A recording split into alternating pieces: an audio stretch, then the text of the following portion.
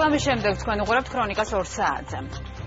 ტრენინგი მუნიციპალური ნარჩენების მართვის გეგმების შემუშავების შესახებ. სემინარის მიზანია დახმარება გაუწიოს მუნიციპალიტეტებს ნარჩენების მართვის გეგმების შემუშავებაში. კოდექსით განსაზღვრულია, რომ მუნიციპალური ნარჩენების მართვის 5 წლიანი გეგმა მუნიციპალიტეტებმა 2017 წლის ბოლომდე უნდა შეიმუშაონ.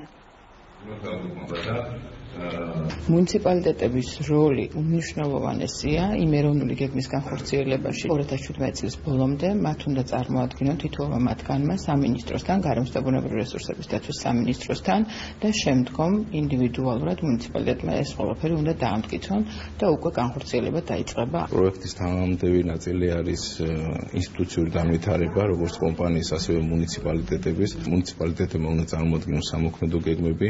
ეს ტრენინგი მიმდინარეობს გარემოს და ბუნებრივი რესურსების დაცვის სამინისტროს კოორდინაციით.